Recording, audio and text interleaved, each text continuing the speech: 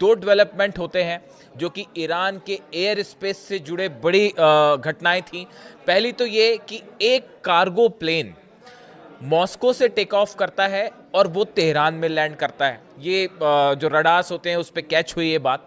तो मॉस्को से एक कार्गो जेट उड़ता है और तेहरान में लैंड हुआ। बड़ा सवाल कि मॉस्को से क्या चीज़ जो है तेहरान लाई गई। इसके साथ एक दूसरी बड़ी घटना हुई जो ज़्यादा अहम है, वो ये है कि इसी बीच ईरान से एक कार्गो जेट ने टेक ऑफ किया जो चाइना की अननोन लोकेशन पर लैंड हुआ, यानी प्लेन तेहरान से उड़ा और वो चीन पहुंचा। ये दोनों चीज़ें बिल्कुल एक बहुत ही कम समय के अंतर में हुई। मॉस्को से प्लेन उड़ता है, तेहरान उतरता है, तेहरान से एक कार्गो जेट जो है 747 कार्गो बोइंग का बताया जा रहा है वो टेक ऑफ करता है और चीन पहुंचता है। अब देखिए खबरें जो है पहले उसको बताएं। One Iranian Boeing 747 cargo plane landed in Tehran from Moscow and another Boeing 747 took off from Tehran to an unknown destination in China। देखिए unknown destination यानी किसी खुफिया जगह पर चाइना पहुंचा। ये बात सबने नोटिस करी। देखिए एयर स्पेस इस समय ईरान का इस हालात में है कि वहाँ कोई भी परिंदा भी पर मारता है तो हर चीज़ जो है उस पर नज़र रखी जा रही है, खासकर डिफेंस एक्सपर्ट उस पर नज़र रख रहे हैं। तो अब ये जो तेहरान से जेट पहुंचा चीन, इसको लेकर ये कहा जा रहा है, ये आशंकाएं जताई जा रही हैं कि क्या ईरान ने एक मास्टर स्ट्रोक चल दिया है और अमेरिका से बातचीत के पहले, इसके पहले कि अमेरिका से यूरेनियम को लेकर कोई बातचीत हो और यूरेनियम जो है उसको डाइल्यूट करने को लेकर कोई समझौता बने, उसके पहले ही क्या ईरान ने एक बड़ा दांव खेलते हुए अपना 400 किलो एनरिच्ड यूरेनियम जो है वो चाइना पहुंचा दिया है। देखिए इस समय जो डील का सबसे अहम हिस्सा है, अपनी शर्तें रखी हैं अमेरिका ने। नेतन्याहू जो है वो डोनाल्ड ट्रंप से मिल रहे हैं और आज एक अहम मीटिंग हुई उसके पहले कि जो नेतन्याहू हैं उन्होंने स्टीव विटकॉफ से और कुशनर से, जो दामाद हैं डोनाल्ड ट्रंप के, इनसे मुलाकात की। अमेरिका के जो एडवाइज़र्स हैं उनसे जो है नेतन्याहू ने मुलाकात की और एक बड़ा प्लान तैयार हुआ है कि ईरान से कैसे डील की जाए। लेकिन इसके ठीक पहले, यानी आप देखिए नेतन्याहू जो है वो पहुंचते हैं अमेरिका, उनकी वहां सबसे मुलाकातों का दौर चल रहा है। इसी बीच एक सीक्रेट प्लेन टेक ऑफ करता है तेहरान से और चीन पहुंच जाता है और खबरें इस तरह की सुगबुगाहट शुरू हो जाती है कि क्या इस डील के पहले ही ईरान ने अपना जो है यूरेनियम ठिकाने लगा दिया। देखिए डील का जो सबसे अहम हिस्सा है वो ये है कि ईरान के एनरिच्ड यूरेनियम का क्या किया जाए, क्योंकि इससे फौरन एटम बम बन सकता है। 60% वो जो है एनरिच्ड है, 90% बम बनाने के लिए चाहिए और 60 से 90% करना बिल्कुल देर की बात नहीं है, वो आसानी से हो जाएगा। अब देखिए इस तरह की खबरें आई कि अमेरिका ने जो शर्त रखी है ईरान के सामने, उसमें कई शर्तें हैं। नेतन्याहू लगातार कोशिश कर रहे हैं कि ईरान के मिसाइल प्रोग्राम को उसमें शामिल किया जाए, जो प्रॉक्सीज हैं उनकी मदद से रोक दिया जाए। लेकिन जो सबसे अहम हिस्सा है वो है 400 किलो यूरेनियम का एनरिचमेंट स्तर जो है वो 60% है, उसको घटाया जाए। ये दबाव अमेरिका बना रहा है। देखिए अमेरिका का मुख्य मकसद है, मुख्य मकसद तो अली खामेनी साहब को सत्ता से हटाना है। वो कभी संभव नहीं होगा। आपने तस्वीरें देखी या नहीं देखी, मैं अलग से वीडियो कर दूंगा। तेहरान में जो है ज़बरदस्त जश्न मनाया जा रहा है। इस्लामिक रेवोल्यूशन को 46 ईयर्स कंप्लीट हो चुके हैं, 47th एनिवर्सरी उसकी मनाई जा रही है और इस मौके पर पूरे तेहरान में आतिशबाजी हो रही है। तेहरान जो है वो जगमगाया हुआ है और अल्लाह अकबर के नारे लग रहे हैं। हकीकत ये है। तो सत्ता परिवर्तन तो एक ऐसा ख्वाब है जो शायद कभी पूरा ही नहीं हो पाए। खैर उस पर हम अलग से बात करेंगे। अभी हम यूरेनियम पे आते हैं। अब देखिए अमेरिका ने ये शर्त रखी कि आपका जो यूरेनियम है इसको आप, इसका जो एनरिचमेंट स्तर है इसको आप डाइल्यूट कर दीजिए और ख़त्म कर दीजिए। बड़ी इंटरेस्टिंग बात यह है कि इस तरह की भी खबरें आई, ईरान की तरफ से कुछ बयान आए ऐसे जो सोशल मीडिया में चर्चा का मुद्दा है कि ईरान शायद तैयार हो गया है डाइल्यूट करने के लिए। ऐसे कुछ बयान आए, इसको लेकर ऑफिशियली ईरान ने कुछ नहीं कहा, लेकिन मीडिया में आपको इस तरह की खबरें मिल जाएंगी। अब ये कहा जा रहा है कि क्या ये ईरान का यूरेनियम जो है इस पर टॉक्स हो, ये अमेरिका के हाथ लगे या इसको आईएईए जो है इसका इंस्पेक्शन करे या किसी तरह का इस पर जो है शर्त या प्रतिबंध लगे, इसके पहले ही ईरान ने अपना यूरेनियम क्या चाइना ट्रांसफ़र कर दिया है। ऐसी खबरें यूरूस को लेकर भी आई थी। जब अली लारीजानी साहब गए थे मॉस्को, उन्होंने पुतिन से मुलाकात की थी, तब भी इस तरह की खबरें चली थी कि क्या ईरान ने अपना यूरेनियम जो है वो रूस भेज दिया।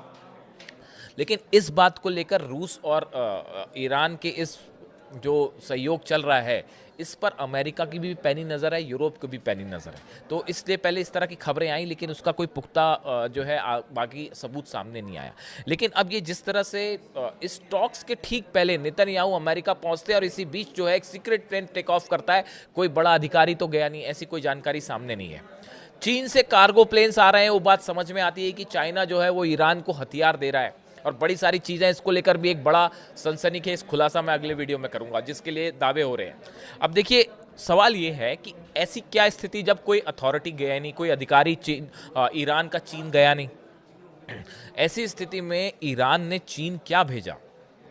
क्या वो 400 किलो यूरेनियम है, एनरिच्ड यूरेनियम है, कि इसके पहले कि किसी तरह का हमला हो? देखिए 24 घंटे में जो डेवलपमेंट हुए हैं, जितने अमेरिका ने हथियार जमा कर रखे हैं अपने आसपास, ये इराक वॉर से भी बड़ा डिप्लॉयमेंट हो चुका है। ये मैं आपको पिछले वीडियो में बता चुका हूँ। और ये डिप्लॉयमेंट इसलिए नहीं हो रहा है कि इसको उखाड़ के वापस ले जाएंगे। जो पेट्रियट सिस्टम लगा दिए गए हैं, थार्ड सिस्टम लगा दिए गए हैं, वो इसलिए नहीं लगाया अमेरिका ने 20 बेस पर। आप समझ रहे हैं कि डिफेंस सिस्टम लगाने का मतलब अरबों रुपए का खर्च वो इसलिए नहीं किया अमेरिका ने कि फिर उसको उखाड़ के वापस ले जाएगा।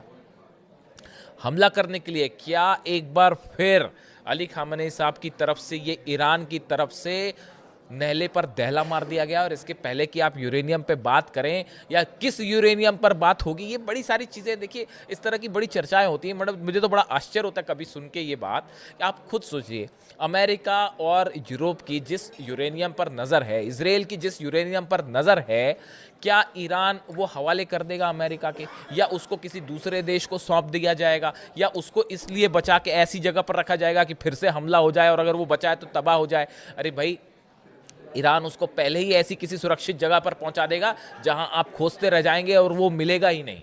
और अब तो शायद इस तरह की बातें भी जो हैं वो डिफेंस एक्सपर्ट्स करने लगे हैं कि क्या ये ईरानी ट्रांसफ़र हो चुका है, या ये भी हो सकता है, इस तरह की भी खबरें आ रही हैं कि इसको अलग अलग हिस्सों में ट्रांसफ़र कर दिया गया। शायद कुछ हिस्सा रूस जा चुका है, कुछ हिस्सा चीन जा चुका है। और आप अमेरिका जो है वो टॉक्स करता रहे, जब ना यूरेनियम बचा वहाँ पे, एनरिच्ड यूरेनियम, वो अपने सेफ ठिकाने पर पहुँच गया, तो आप क्या तो चर्चा करेंगे और क्या जो है उसका एनरिचमेंट लेवल चेक किया जाएगा? ये सब बातें कैसे तय होगी? आइए, ये कैसे उसको पता लगाएगा कि कौन सा यूरेनियम कहां रखा हुआ है? संभव ही नहीं है। अब देखिए, इसी बीच ये भी खबरें हैं, इस्फहान जो सबसे बड़ा परमाणु सेंटर है, प्लांट है ईरान का, यहाँ पे अटैक हुए थे। B2 बॉम्बर्स ने यहाँ पे बंकर बस्टर बम्स जो है उनसे हमला किया था।